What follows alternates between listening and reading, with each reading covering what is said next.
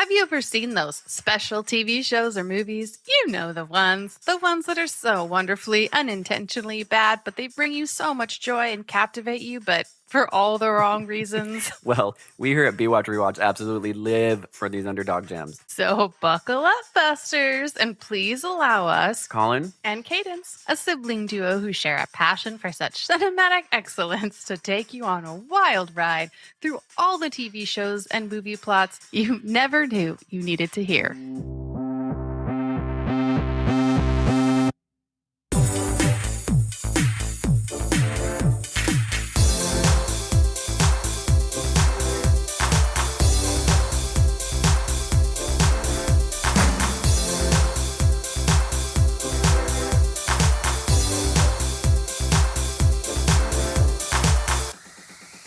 Hello, everybody. It's Colin. Hi, it's Cadence. And we are back for our trilogy saga, although we're only doing, I think, 3, because I think there's 5 total. Well, and then we also split the first movie into 2. So we made it really way more complicated. Yeah, so we're actually making it like 8 episodes of this.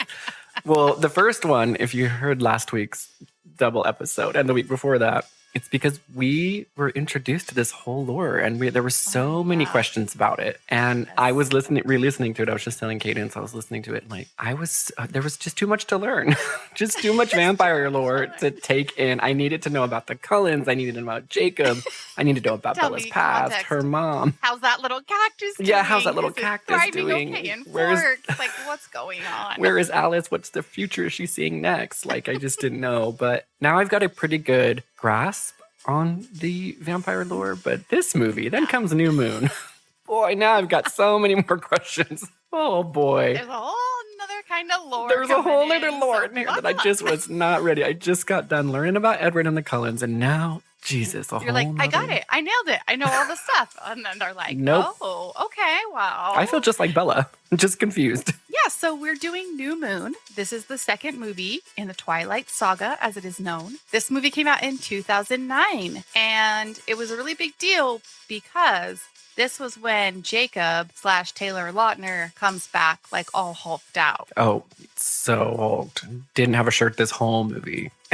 Like he goes from just being like the nerdy little native boy to the hot, sexy, hulked out native boy. And they got rid of that wig. Thank God they got rid of that wig. Oh, I know. That was Took a while. Took half the movie, but they did it. But it is. He wasn't wearing clothes this whole time, and I was like, Taylor, yeah.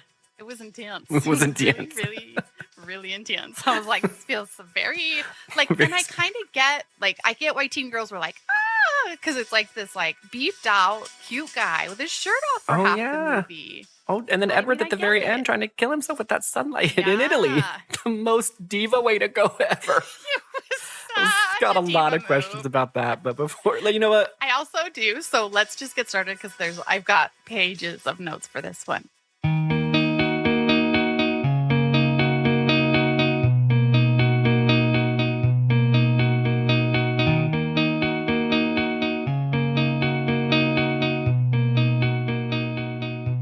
Right, so just in case you didn't have time to listen to our 4-hour 2-part series of Twilight number 1, I'm gonna pick up where we left off, and I'm just gonna give you a quick little recap. Bella moves from Arizona. Her mom's like, bye, going to fuck my baseball player boyfriend. Doesn't get along with her dad. She meets the Cullen family, including Edward. They fall in love. He's a vampire. Now she wants to be a vampire. The first movie ended with these random bad vampires like coming after Bella to kill her, and the whole Cullen family had to come together, rip off this vampire's head and throw him in a fire and dance around it. And right.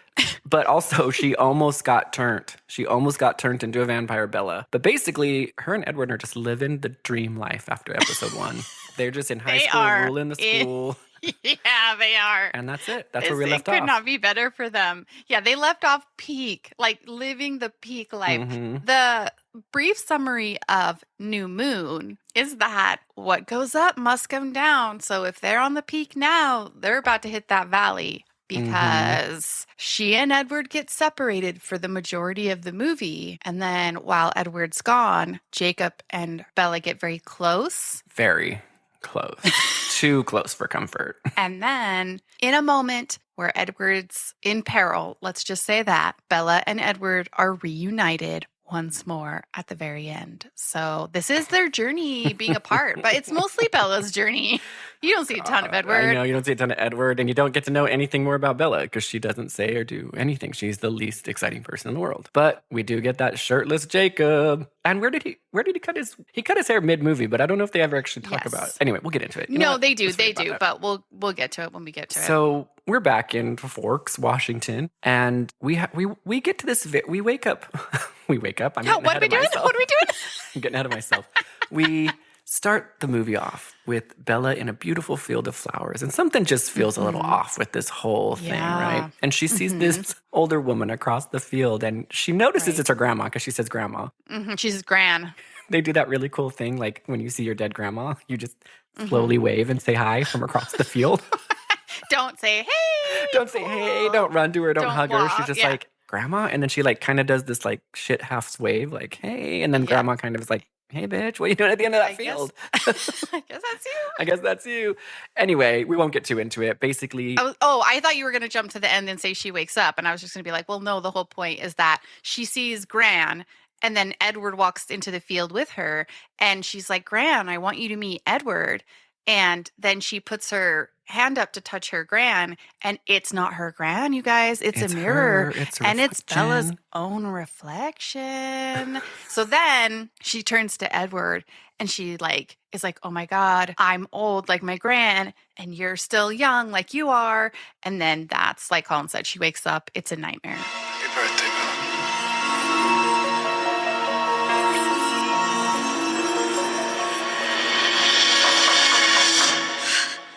And I get that this is being delivered to her in sleep form, where most dreams are trying to tell us something. But you did spend an hour in the first movie Googling vampires, and you know they live for a long time.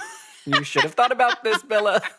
But yes, so she wakes up in Forks, and she's like, cold sweat. She is just stressed out. She's like, shit, I'm getting older. But of course, she fell asleep reading Romeo and Juliet, as one does. And she is just freaked out by this dream. But you know what? She's going to put on her little backpack and go to school because today is her 18th birthday. It's her birthday. She sits up in bed and her dad's like, happy birthday. And she's like, I thought we agreed no presents. I thought we agreed on no presents. And I'm like, why is Bella so obnoxious? Like any kid's going to be like, cool, you got me a present. No. But she's like, she's too like cool. Other girls. So she doesn't want birthday presents from her dad. Like, no, it's none. So dumb. But anyway, he hands her, because this sort of sets the tone for the whole thing, because she doesn't want to get older. That's like the theme that's coming this whole time. Oh, and they really drill it in, because every single person, she goes to school and everyone's like, happy birthday, Bella. You're 18 now. You're an old bitch. Like everybody's joking around with her. And you're just like, okay, we get it. It's her 18th birthday. It's about her birthday. Yeah. And her dad gives her like, he's like, well, your mom and I, we worked together to buy you this gift. And it's a picture album. It's a photo album. Because he's like, your mom's busy, still fucking her boyfriend in every 50 state. But she does want to see pictures of this when everything's said and done. So if you could just fill this what up. Every 18-year-old girl loves is a picture album. I'm telling you. Every 18-year-old girl loves to get a picture album. She starts trying to fill it up. And so that's kind of like part of the movie. So as Colin said, she gets to school. And I mean, everyone in this school has been counting down the days until Bella's birthday. They have been watching their calendars in anticipation for this moment. They have been living for it. Today's the big day, Bella. They probably wrote a front page news article about it. They probably like, it's almost Bella's birthday, everybody. Get ready. She hates birthdays. Don't say anything to her, but she's going to love it. Kind of insinuate that's her birthday and that she's getting older. Make a joke about her age. Don't get her any gifts. Say she has a gray hair, but like get her a gift. Like give her a little, razz her a little bit, but not too much. Yeah, not too much. Not too much. Only gentle razzes about her age because she will get mad. Yeah. So she gets to school. She gets out her little thing, her little camera, and she's like, let me take a picture of you guys. My mom wants me to put together like a scrapbook full of memories. Oh, cool. Yeah. And so that's just to introduce us. Mike's back. Jessica's back. The whole crew. Emo Eric is back. Emo Eric is back in a big way. He's in a big way. He made the most of that movie part, Eric, and I appreciate that. He lived it up. He's like, oh, I will make them my own. Remember me. When people think about Twilight, Eric, the emo, will be remembered. Because sadly, though, I could not remember the girl's name, and I should have just looked it up. But she takes the pictures for the yearbook who has the glasses. Oh, Because I now don't remember her name. she and Eric are now boyfriend, girlfriend. Oh, and yeah. like Mike and Jessica are kind of dating. Mm-hmm. So then she takes their picture, and then all of a sudden Edward pulls up in slow-mo in his little Nissan Altima. No, he was just in a Volvo, ruling which I the love. It's school. No, it was a Nissan. I bet you. I specifically looked at it. I specifically Cadence, paused we it and will looked make at the it. bet right now. I promise you, it's a Volvo. I remember making the same joke because he takes up he parks horizontal along 5 parking spaces, and he gets out slow-mo watching, and later when little ghost Edward pops up, or she like remembers him in that memory, she also remembers his car because it also goes away, and it is a Volvo, hands down. We'll have to put this to rest. But he does get out slow-mo, walking towards her. And like a song's playing in the background. Bad boy coming in his Volvo. Because he has like a layered shirt, like a t-shirt, and then like a button-up shirt that's open, so it's like blowing in the wind in slow-mo as he's walking towards her. Beautiful. And you're just like, oh, There's yeah, Edward. He's back. They're happy as clams because they are now free and clear to be together in public. Duh, I told him the summary of the last movie. They ended on a high note. They've been living this whole time like queen and king of that high school. And so they're starting their senior year together, and they're just super stoked. They chat for a second. Happy birthday. Don't remind me. Oh, your birth is definitely something to celebrate. Yeah, my aging's not. You're aging. I think 18 is a little young to start worrying about that.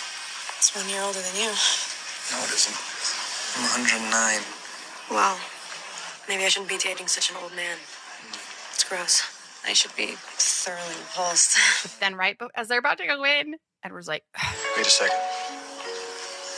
Someone wants you. Up runs Jacob. Sweet, long-haired Jacob. Bella. Jacob. And he's like, hey, Bella, it's your birthday. Just in case no one knew, it's your 18th birthday. You're old. Haha, just rousing you a little bit. I've got long hair. I also got you a little gift. Remember those nightmares that you just had last night? Apparently, you've had them for a while now because you talked to me about them. And I got you a dream catcher because I'm Native American and I have long hair. yeah. And this is my favorite part because she's just like chatting and Edward's sitting maybe 2 feet behind them. Hello, biceps. You know, anabolic steroids are really bad for you. Well, I'm just filling out, Bella. You know, it wouldn't seem so drastic if we hung out more. You should switch schools and come hang out with the palefaces. I'm all right. I prefer the res school's exclusivity. They let any old riffraff into this place. I see. Why are you slumming it? I was just buying a part for the Rept. You should really come take a ride when it's done. Is it fast? It's decent. I'm kidding. Okay, good. Hey, happy birthday. Your dad told my dad, so. Yeah, of course he did. I saw this the other day and thought of you. Catches bad dreams. That's kind of perfect. Thank you. No problem. Good seeing you. Yeah, I'll see you later.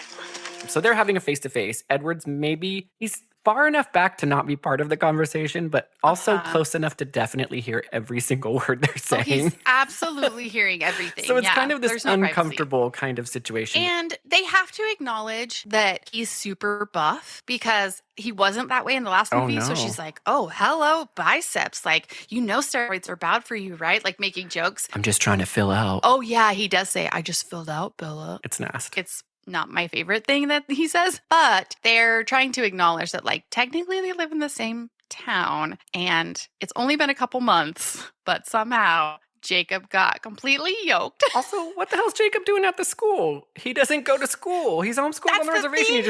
He shows up specifically for Bella's birthday. Yes, Jesus. that was the other thing that I was like, what is happening? He doesn't even go to school. But he's going to get so up I was just like, you drove all the way here at 5 o'clock in the morning to get to Forks High School to give her this tiny hand-woven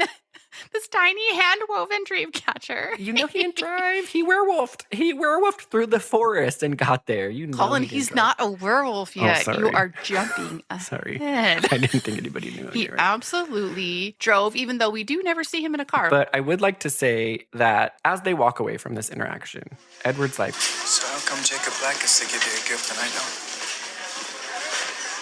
Because I have nothing to give back to you. And I'm like, Bella, sweetheart, that's not how birthdays work. Like, it's the dumbest thing, girl. You're so why? That doesn't make any sense. If you had to give a gift back to everybody who gave you a gift on your birthday, that would be not fun to have a birthday. And also, what the hell did you give Jacob back? Yeah. You took the dream catcher and you did it doesn't make any sense. And Edward's answer to her is, Bella, you give me everything just by breathing. Oh God. Edward. it's so intense. It's never and cute so to have somebody just like stupid. obsessed with your life. That's not cute. But we're setting the stages for obviously what's going to happen, this love triangle. This is the start of the love triangle. And this is what Cadence and I are trying to figure out. In the first movie, Bella only talked to Jacob like one time. Like he built her a new engine when she first got there. Mhm. But really, besides that, and then him showing up at prom at the very end of the movie from in the trees, Yeah, with his unbuttoned shirt. telling her that like his dad's going to pay him $20 to like Yeah. not date Edward, which is a whole weird thing that never really got resolved because Bella's like, hey, remember that time you tried to bribe me not to hang out with Edward? Your dad sent you and paid you to tell me to break up with him? Do we not talk about that? But it's clearly setting up this whole love triangle between the three of them. Situations are critical. You gotta look first before you go. So the very last person to be very enthusiastic about Bella's birthday is Alice, who pops in her full maternity dress. I don't know if Mhm. you noticed that. I was like, what is happening with your maternity clothes? I only noticed that beautiful flip hair. That's all I care about. Nothing It's else. too distracting, nothing from the flip neck hair is- down. Yeah, nothing. I just care about that flip. All I saw was that dress. It was a maternity dress. It was a tent. It was so bizarre. But she's like, Happy birthday! I thought I said no presents. I've already seen you open it, and guess what? You love it. You're gonna wear it tonight. Our place. Come on, please. It'll be fun. Okay. All right. Great. Okay, I'll see you at 7. she cares so much about Bella's birthday. She's begging her to let them have a birthday party. She does. And Bella's like, well, you know, I don't like birthdays. And she's like, no, please. It's weird. Well, she also gives her a gift. She gives her a gift at school, which everybody loves to get a gift at school. Like a Oh, perfectly yeah. wrapped, like Martha Stewart Yes. bow style gift. Then she begs Yes. Bella, please, please, please. It's my lifelong dream. I've been alive for 300 years, but all I want to do is celebrate you tonight for no Yes, other this is reason. the pinnacle of then we my all very love long you. vampire life. Is your 18th birthday. I have something prepared. Just please let me do it. And so Bella finally relents. Oh, fine, and she's Alice. like, Okay, I whatever. guess. But then they walk to class together, her and Edward. And there's some really, I just love how the director and the writer, like some movies you wouldn't normally pick up on these nuances. Only if you're like if you've studied film and really understand, you might pick up the nuances of some of the things that they throw in this film. It's incredibly subtle. Yeah. Subtle, because they're in class and they're learning about Romeo and Juliet, which I don't know if you remember earlier. She was reading as she fell asleep and had a nightmare. And they're watching the movie version. I'll only tell you, hold on. So, because Edward, okay, you go, you tell him. Oh, well, I was just going to say they're watching the movie version in class, but then Ella and Bedward are Bedward. Ella and Bedward.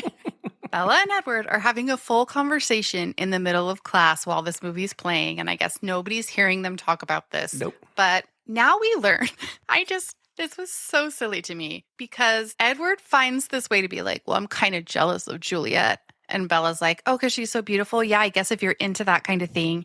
And he's like, no, because she has the option to die. And I don't. Bitch, everybody has the option to die, technically. Like, you don't have to be jealous of Juliet.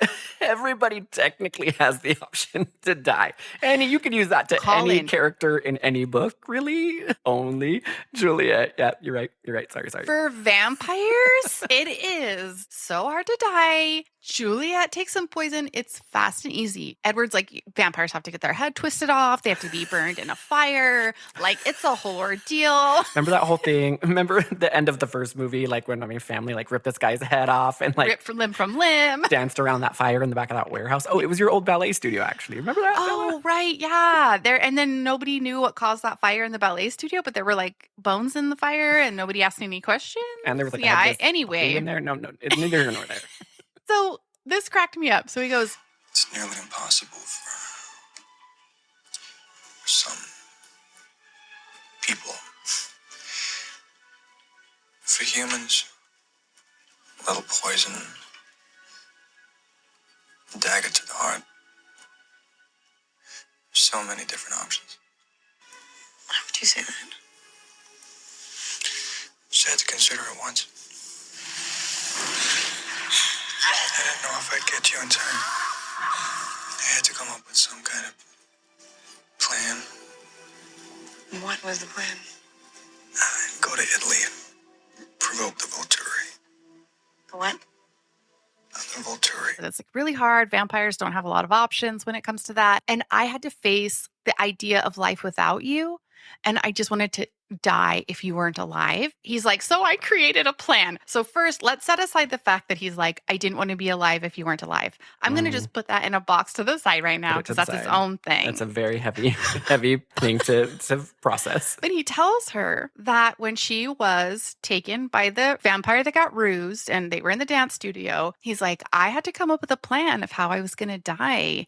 And I'm like, you were very involved in this ruse. So don't tell me you sat there and planned out a whole thing of what you were going to do. He's way into this. He's way more into this than Bella is. Bella's like, okay. Could you imagine being Bella in that moment? Like, okay. Okay, Cool. well. Tell me your story. So he's like, well, my plan was that I was going to go to Italy. I was going to provoke the Volturi. Which she has no idea what they are. Bella's like, who's the Volturi? What the hell are you talking about? You'll get it later. He's like, you may not get it now, but what I am going to tell you is they're very powerful. So he's like, that was my plan. And I'm like, you did not have enough time to concoct that plan. And it was so dumb. No, he did not. And also, I would be like, Edward, homie. Because again, she moved there in March. Didn't we? We broke it down hard last episode. Yeah. I think so she it had been literally like moved there 8 in weeks March or of whatever. that year. Yeah. And she's starting, because she moved mid-semester, March. Then she ended it with going to prom. So she's starting her 18th year. They have not even been together for 6 months. Not even 6 months, yes. And he's telling her in class that he wants to die without her. Yes. And she's like, not on my birthday, Edward. Talking about not on my birthday.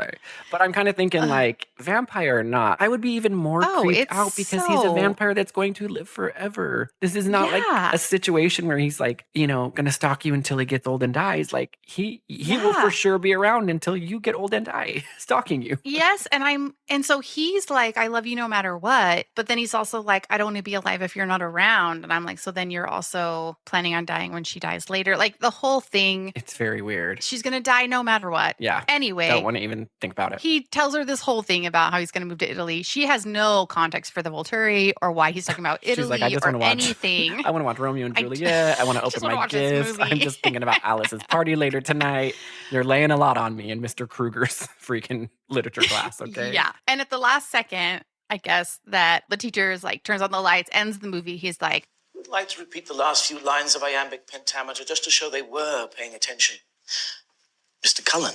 and guess who can do it? It's Edward. He gives It's Edward because crappiest little rendition of that damn book. think about how many times he has had to do and a that's the Romeo and funny Juliet thing. assignment. It's He like- has that whole thing memorized. But in the first movie, he had no idea. How do I cut open a frog? I'm so dumb. Like, come on. You've been in high school 100 years. Of course you know Romeo and Juliet. None of the other kids are like, oh, Edward's really into that book or anything. They're just like, okay, that No. makes total sense. Oh, that he can was recite paying this. attention. Oh, wow, not Cullen kid with all his adopted brother and sister. He was paying attention. Oh, and so anyway, you get this idea. It's just really setting it up. They are setting it up that they do not want to be without each other. Yeah, but that's what I said. The movie is just like so subtle that I had to reiterate to the audience listening that if you couldn't Right. tell already, they're setting this up for like this love triangle, possibly death, life forever, those kind of, really intense themes. Subtle, nuanced. You wouldn't maybe not have picked them up had you not listened to us kind of like pick up the subtext of the scene. Mhm, But that's what we're here to do. So you're welcome. Oh, here will I set up my everlasting rest and shake the yoke of inauspicious stars from this world-wearied flesh. Eyes, look your last. Arms, take your last embrace. And lips, know you the doors of breath. Seal with a righteous kiss, a dateless bargain to engrossing death. Eyes on the screen, people. Us with a kiss. I die. So after this Romeo and Juliet shenanigans in high school, it immediately cuts to everybody very mature, dressed very nice, looking at the painting in the Cullens home. Wait. For right now, it's just Edward and Bella. Yes, But because she's there for the party that Alice wants to very much wants to throw her. This is when Bella's kind of like, what about the Voltaire you were talking about? Yeah, earlier? you remember how you mentioned during Romeo and Juliet? Remember when you said that? You were going to kill yourself and all that? They were going to behead you. Who's the Voltaire? And he's like, oh, well, the Voltaire are this ultra-powerful group of vampires. The Volturi are a very old, very powerful family. I guess they're the closest thing to royalty my world has. Is that Carlisle? Yeah. He lived with him for a few decades. Described him as very refined. No respect for human life, of course, but respect for the arts and the sciences, at least.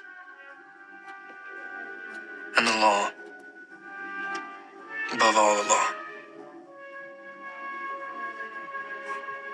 Vampires have laws? Not very many. And only one that's regularly enforced. What is it? That we keep the existence of our kind a secret. We don't make spectacles of ourselves. And we don't kill conspicuously. Unless, of course, you want to die. You gotta stop talking about that. I can't even think about someone hurting you. Bella, the only thing that can hurt me is you. They're like vampire royalty. They live in Italy. course they Carlisle do. also lived with them for like a couple decades. So he's in the Mhm. painting that they're looking at. Yep. They're very Family fancy painting. pants. They only wear old school, like 18th century dandy clothing. But they're trying to be They have inconspicuous. not- They get Yeah, mad. They get they have mad not if you try to modernized show at all. They get mad if you try to show yourself and let other humans know that you're a vampire. They get pissed. Right. But they walk around in like 18th century dandy robes in Italy, and it's all very like eyes wide shut. So like it's kind of weird. Long hair. Yes, the like- funny thing about these movies is everybody's so scared about getting outed as a vamp, but they all act the most vampish you could ever act. It's like, come on, homie. Yes. Why are you so... If the Voltaire was really so nervous about vamps being figured out, they would just live normal lives as like pediatricians in San Diego. Yeah. Why would you be in this giant palace in Italy wearing this red castle. robes and dandies and like Yeah. slicked back hair? And it's just it's so in like funny. thrones. Yes. In like this stone castle. It's like, okay, well. Someone comes over and they're like, this feels really, really odd. We're not vamps.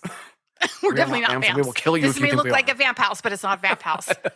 Definitely not a I know vamp it house. looks like it. He tells her that like they will kill you if you draw attention to yourself. Do we know anything about how the power structure works? Who's elected them? How Nope. they got to these positions? You What causes just them to know. stay there? Like, do you ever just get know. out? Can you ever get voted out of your spot? Like, why does everyone have to obey them? Why do they have to answer to them? If they're like out in broad daylight, do they have to like travel to Italy and be like, I was out in broad daylight. I am here for my punishment. Stop asking questions. You're stupid. You're sounding a lot like a vamp. You're sounding a lot like a vamp right now. Gonna fucking murder you. Sounding real vamp suspicious right now, and I do not like it. But you know what? I do have a lot of those same questions. But if I weren't a vamp, How long has their home been here? Did they make these rules? Did they have kind of like this democracy and vote on the rules about killing a human in daylight? right? And is this a worldwide situation? Is this regional? And why is it in Italy if they're in America? Was it like all in favor of murdering a vamp if they kill a human in broad daylight or a human in like mid-morning? Say yes. Like, I don't know how they came up with these rules.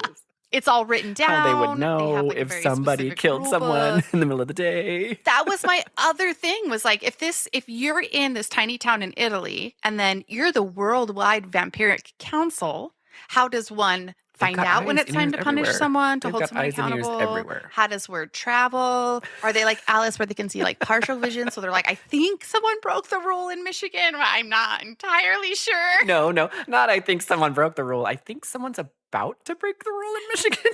I think I'm getting a vague vision of like someone's gonna I'm getting a sense break that a like rule. Should maybe we go after them?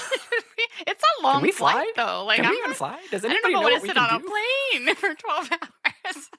You'd have to buy a plane ticket, and that would be because like the Cullens could have theoretically run from Washington down to Arizona in the last movie, because we did talk about that. No. But you could not run across But the that's ocean. the thing. We don't know if vampires fly. We don't know anything about them at And this so that's a point. long flight. But anyway, that's the Voltaire. So the point is that again, they want to drive it into your bones that Edward would die without Bella. Like, he is like, you do not understand.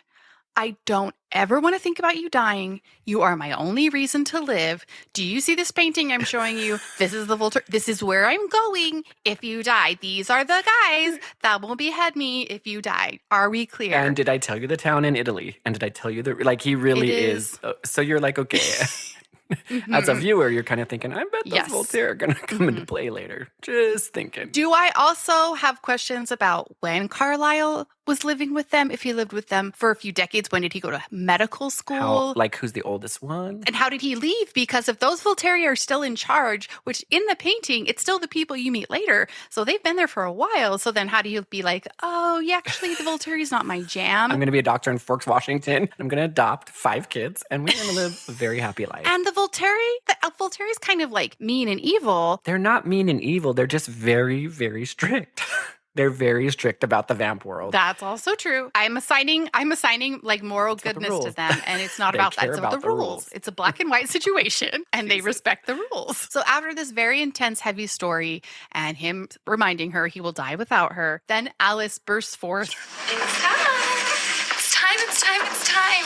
And she's like, oh my God, my life dream has come true. I finished setting this up. You got to come into the other room. I'm about to die of excitement, because you find out they've just been passing the time until Alice is ready to surprise her. Honestly, which she does. It's a beautiful surprise. Moment. Candles everywhere. Everyone's dressed up in their finest cocktail attire. Oh, Beautiful. 500 candles and roses. I'm like, this is this is your 18th birthday, and this looks like for sure 30th birthday. It's gorgeous. 50th birthday. The most elegant, mature opera. Oh, like roses, classical music playing. Could you imagine on your 18th birthday having that happen to you? I'd be like, I wouldn't know what to do. I'd be, this is too fancy for me. Get me to Dave and Buster's right now. I need an arcade ticket. Yeah, I need an arcade. But she's not like other girls, so she's not like other girls. She's cool girls, and she's mature. You first, Rosalie. It's a necklace. Alice picked it up. Thanks. Open as me and cry lips. Just a little something to brighten your day. Yes, you've been looking kind of pale lately.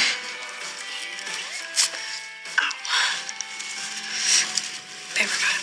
Freaking Bella's opening this gift, and it makes you believe she paper cut herself, but the amount of blood that comes out of this finger, paper cut, you don't even bleed with a paper cut most of the time. No, and it's like, what did you cut yourself with the decorative bow? She cut down to the bone. It was, I know, she got cut to the bone. It's dripping, and she's like, oh, babe, it's dripping, babe, blood, babe.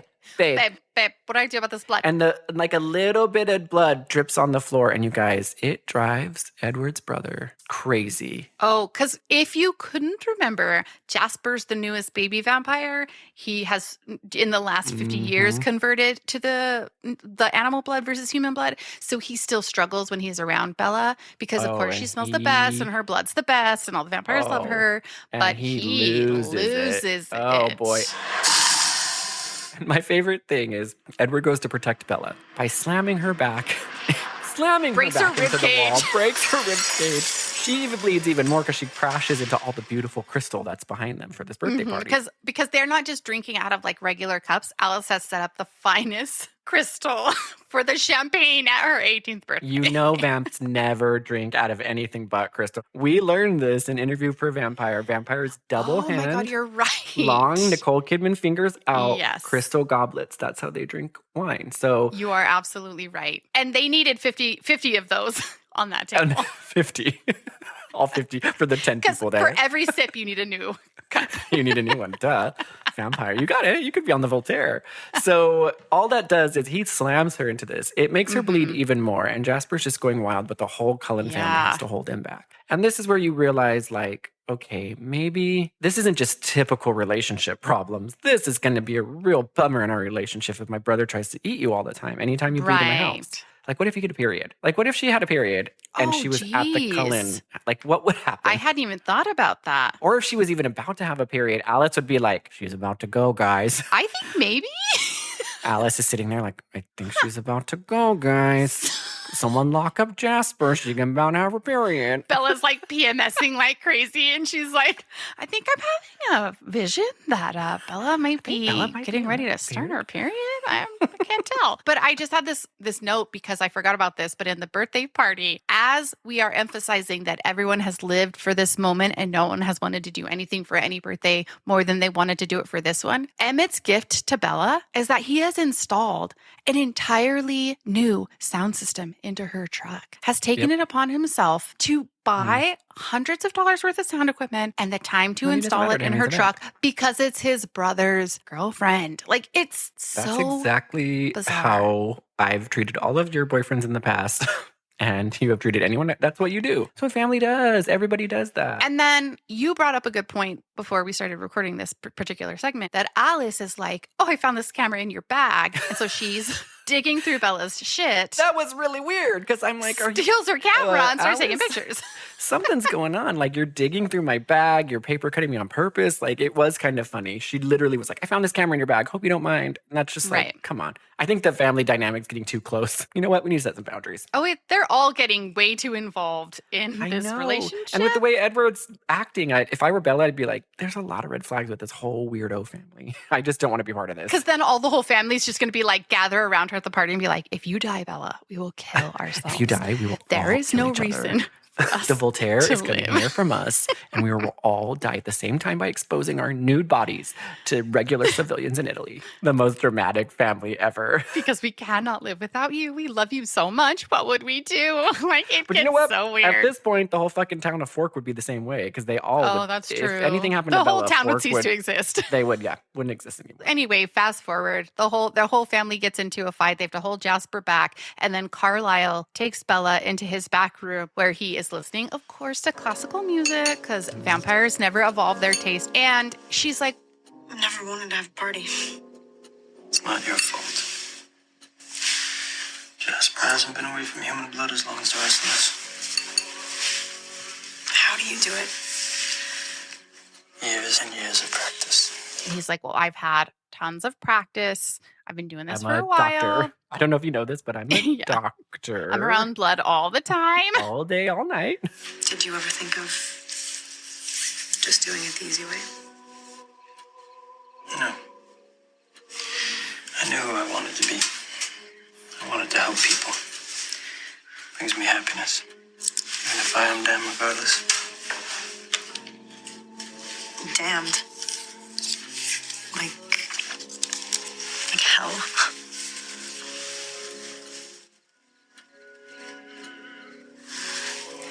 Carlisle, you couldn't be damned. You couldn't. It's impossible. Thank you, Bella. You've always been very gracious about us. So that's it. That's why he won't change me. Imagine the situation in reverse. If you believed as Edward does, could you take away his soul? And I know that you're really frustrated that Edward won't turn you into a vampire, but he left out this very important part that our souls are damned, and he doesn't want to damn your soul. Oh, okay, about that. Yeah. Sorry. That's a little subtext that comes with the whole vampire thing. Because this whole time, Bella's still kind of wanting to be vamp. Because she's kind of thinking like, I can maybe be with Edward forever. I've known him for maybe 4 months and I want to spend literally the rest of eternity and damn my soul to be with him, which makes a lot of sense. But she's kind of having these feelings of wanting to be a vamp. So that kind of clears it up a little bit. And she's like, you know what? I'm glad you told me that because he did leave the damned soul thing out. So thank you. Yeah, that was not something he said. But she also tries to be like, I don't know if that's true. Like, you seem like a pretty good vampire.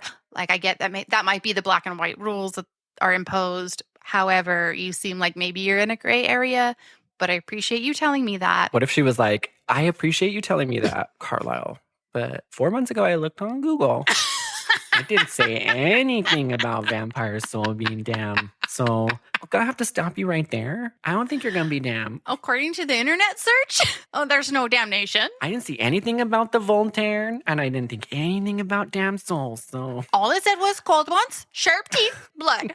That's cold all it and said. sharp teeth. But to be fair, I didn't know you guys sparkle either. Didn't see that online. That was a new That thing. was That was a news. new thing. Anyway, this whole thing is basically leading up to the next part. Well, it is leading up to the next part because once one thing happens, the next thing happens. well, leading up to that, but like it's leading up to this crescendo.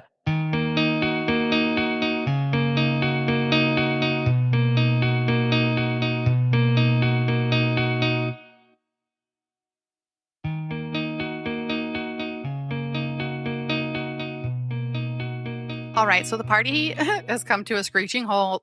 Bella has her That was stitches. a really awkward way to start the whole party. Brother tried to eat you. I know. It was, and honestly, all that work Alice put in for nothing because she didn't even get her gift open before that know. broke out. Like, I that was know. a really unfortunate waste of time. Alex is really the loser of this night. She's really the sufferer. She really is. Edward drives her home, which I also feel like, wouldn't you just spider monkey her everywhere because that's way faster? Get on here, spider monkey. But whatever. Anyway, he drives her home in her own truck and they are talking, Colin. This scene is what makes the next scene so bizarre because in this scene, she's like, Carlisle told me how you feel about your soul. I don't believe that. So don't worry about mine. listen, Carlisle told me that you guys think your souls are damned. You think you're going to damn my soul if you turn me into a vampire. I'm just here to let you know I don't care about my soul. My soul does not matter if my soul is not with your soul. I'm actually totally fine with being damned. It's not a big deal. Oh, Bella, you sweet, sweet, cool angel. You have no idea how anything works. Right. Because she's not like other girls care about their souls. She doesn't. She's a cool girl. She's so cool. She literally does not care about her soul, which is, I don't care how horny you are. You got to care about your souls, people. All listeners out there. I don't care how horned up you are for someone. Got to care about your soul. It's got to. The soul is pretty important. Pretty important, I would say. Just keep that in mind. Or the true love is when you stop caring about your soul. Maybe it's like when you meet someone so hot and cool that you're like, don't care about my soul. Don't care about my then soul. That's it. Do whatever you found want. the person. Don't care about my soul at all. She's like, listen, I am a human though. And because I don't care about my soul, let me just remind you. You can't protect me from everything. At some point, something's gonna separate us. It's gonna be an accident, or illness, or old age. As long as I'm human, the only solution is to change me.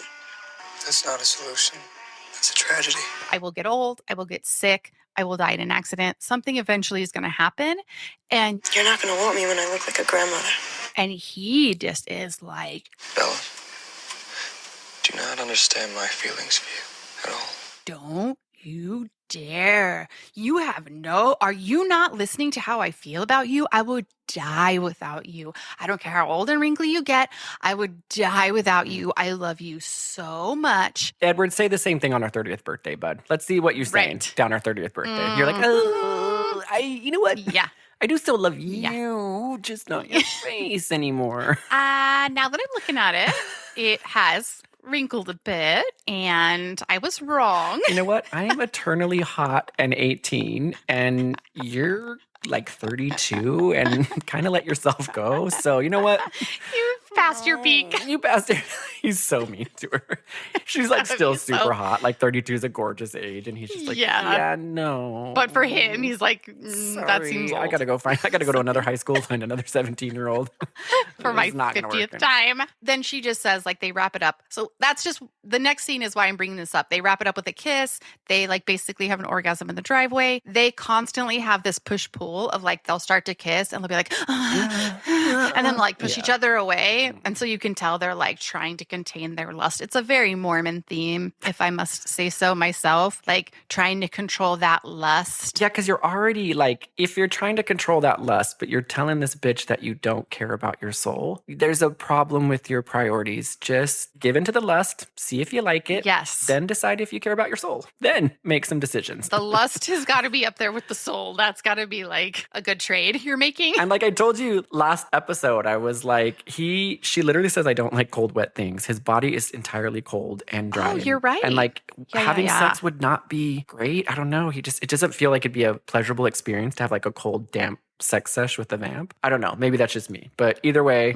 you're right. They do have this push-pull and you're like, you guys, just come on. Yes. Just do it. So he's spent this whole entirety, like up until now in the movie, he has said like, I love you so much. I would die without you. Then he kisses her. She goes to bed. The next day, that night she prints up her little picture that Alice took on her little photo printer. Yeah, she gotta have her like memory moment, just to really drill it in. Oh, tonight. Yes, and the tonight.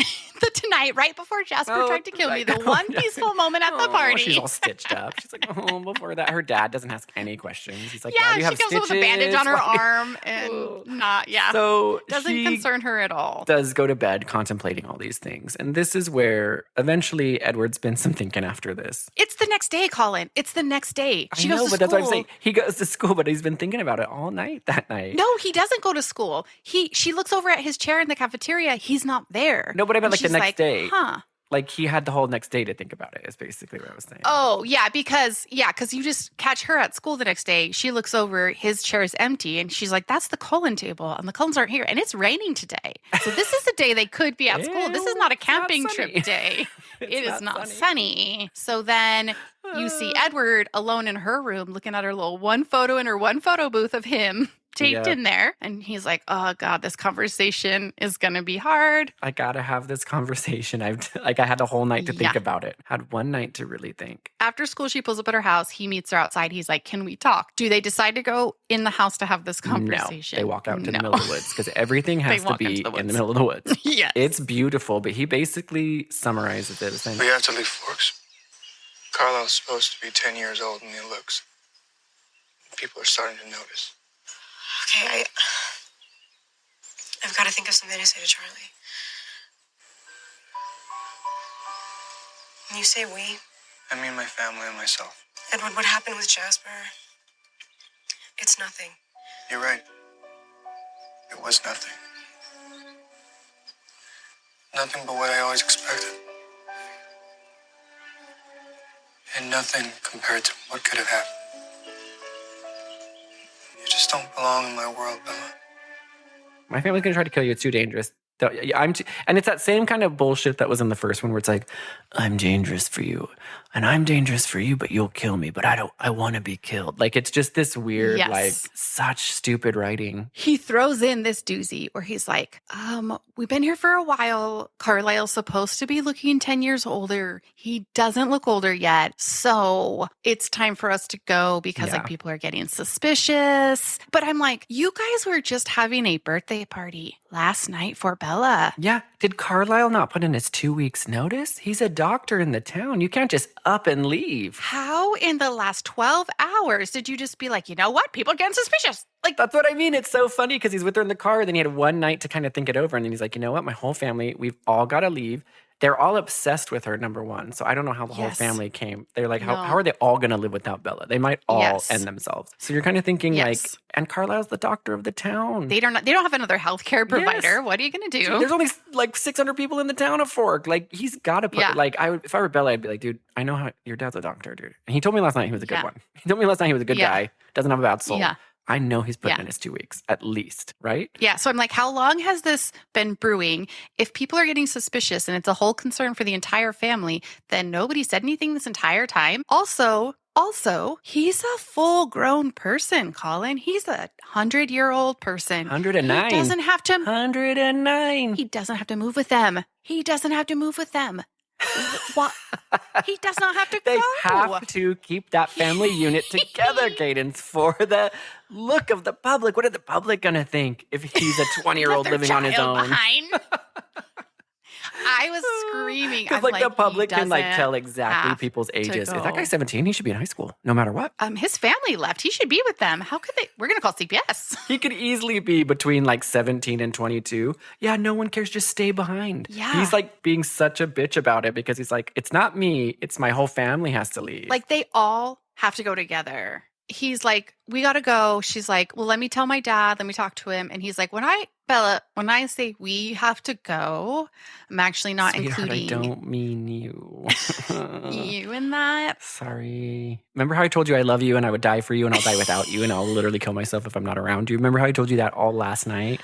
Well, now I have to actually go with my family. I have to go with my family. And I do think it's funny that he's like a grown man. He's 109 years old, like you said, because he does tell her his age. And he could easily just stay behind, get a job. He has a good like 4 more years in that town before people start getting suspicious. And with all the Botox and fillers these days, he's got a good 9 years in him before people start getting suspicious. You know? Absolutely. So he's like, we're going to take off. It's not a big deal. You're better off without me. And so he pulls, remember when Morbius, like White Fangs, his friend, when he's like, get out of here, Milo. Get out of here. Get. Yes. He does that to Bella because she's like, you literally just spent all day in English class yesterday telling me how you came up with an entire plan of how you were going to end your life if I got killed by this rogue vampire that was following me. And now you're telling me that you're leaving me. I don't understand what's happening. You've told me your plan to end your own life if you're going to live without me. However, now you're telling me you're going to leave with your family. And then he's like, yeah, and here's the thing that I forgot to tell you right now. I actually don't love you anymore. And she's like, 12 hours ago, you told me you got mad at me when I said you wouldn't love me when I was an old grandma. And now you're telling me you don't love me at all anymore and to get out of your face. Changed my mind. Saw you bleed last night on the carpet after you got a finger cut. Don't love you anymore. Fully Sorry. Don't love you anymore. I'm allowed to change my mind. I'm allowed to change my mind, Bella. I can do whatever I want. I'm a grown-ass man that has to go around with my family. I'm a grown-ass man who has to follow around a bunch of people that we just sort of chose to be together, but there's nothing else binding us. I'm 109 years old, but I'm choosing to be a teenager, a perpetual teenager forever, and I got to go with my foster family and live with my fake dad who's a doctor. Yeah, that's fine. You get it. I can change my mind. My brain was like, did I miss something? Did I miss a scene in between the night before and this conversation in the woods? But you're right. He totally pulls like a, sorry, don't love you. I'm leaving with my family. Bye. And that's the worst way you could possibly tell sweet Bella because she, to say the least, she falls into a depression. I mean, she's crushed. He immediately leaves the forest. He does. He just walks away from her. He's gone. Bye. But she's still in the forest. And she's like, she can't remember how to get back out. Like she doesn't know how she got it. She's like, this is a lot to process. I came to this forest, drove home from a nice day at school after my birthday. Thought we were going to have a little make out in the forest. Thought we were gonna have a little that went a totally session. different way. He white fanged me. And now him and his whole family are leaving me to die.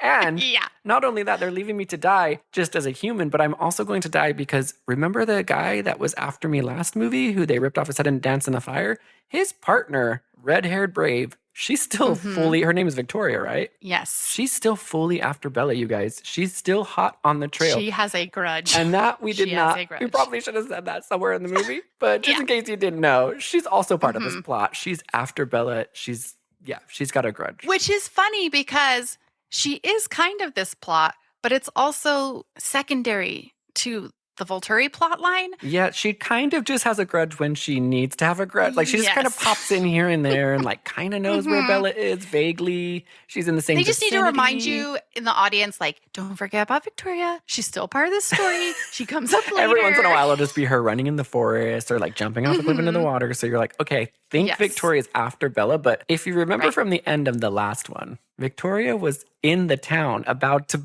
throw down at prom. Remember the scene of her in the prom dress? Formal. Yes. So I'm like, Victoria already fully knows where Bella is, and she's had 4 months to kill her, and she still has not. She's still looking for her. Number one, Forks is a small town. Oh, it's very small. Done and done. You could see her around town. Secondly, she could have just killed her at the prom. Like, I thought that's what she was gonna do. I mean, she got decked out. She was in her jewels. Looking at her dress with Edward or dance with Edward. She got all dressed up. She could have just been like, maybe she was afraid Edward was going to fight her. Maybe she just had a really good time at prom. Maybe she went in with the idea to kill Bella, and she's like, you know what? Actually, I'm having a great time at this high school prom. I am actually dancing the YMCA. I feel great. I forgot what it's like to be a killing kid. Bella off for a couple months. I'm just gonna pretend like I'm looking for her. Like, where is she? Yeah, because so in the meantime, the last 4 months, she's been lurking around Forks, just like waiting for the moment. There's nothing that makes sense about it, but whatever. So that's just a side plot, just so you're aware. But yeah, Bella gets so sad that she starts wandering around this forest, going, Edward, Edward, Edward, Edward, Edward, Edward. So Bella's been left in the forest. She's been fucking ghosted. And she sort of gave up. She wandered around for like 4 hours. It got dark. She just laid down and just was like, the forest right by her house. Like, you think you'd be able to get out of there, girl. How deep did you walk in the forest? That's what I said. Because he showed up at your house. You guys walked into the forest to have a chat because you thought you were going to make out, and he ghosted you, and now you're lost forever. You're gone. You're done. So then you come out of the forest for a second. You see Charlie and Harry and like all the native people are there to help look for her. And they're like got maps out and stuff. And then all of a sudden Sam is just shirtless Sam carrying her out of the woods that she went into when this all started. I was like, what? Turns around she was right by her house. Nobody just was like, oh, she's right here. Oh, either way, she goes into a depression, you guys. She's just, I mean, come on. The guy's telling you that he's going to kill himself for you. He's never going to leave you. And then he's like, bye, my whole family's leaving. And the next day, he's like, I don't love you anymore. And then he leaves you get out to of my face. literally die in the forest. He says, I'll always protect you. Doesn't make sure you get out of the forest, I know. okay? I'll always protect you. I'll always make sure you're safe. Then he leaves you and you literally get lost in the forest and Native Americans have to find you and bring you out. Anyway, she goes into this depression. But in this time... Which also, like, is this healthy? She's a child and she's just sitting in her room, not engaging with the world. She's having nightmares every night. She's screaming, having convulsions in her sleep. Yeah, that's cool. She's that's losing it. Her dad's do. like, cool that's true. She's cool. She doesn't have like princess dreams. She has crazy scream dreams.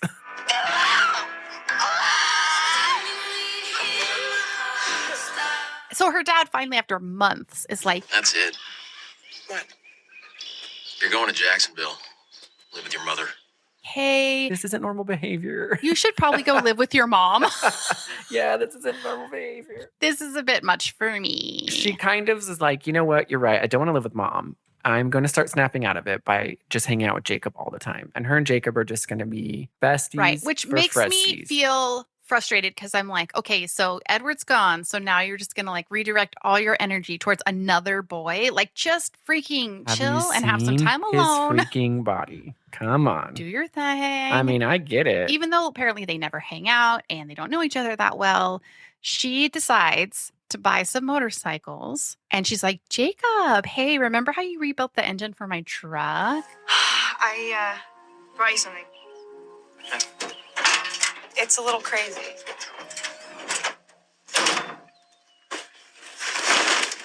Wow. Scrap metal. You shouldn't have. I saved it from the junkyard. I think they'll probably cost more to fix than they're worth. But then I thought that if I had a mechanic friend to help me out, then... Me. Being the mechanic type friend? That's right. Since when are you into motorcycles? Since now. I get it if you think that this is really stupid and reckless. Yeah, I mean, it's completely stupid and reckless. When do we start?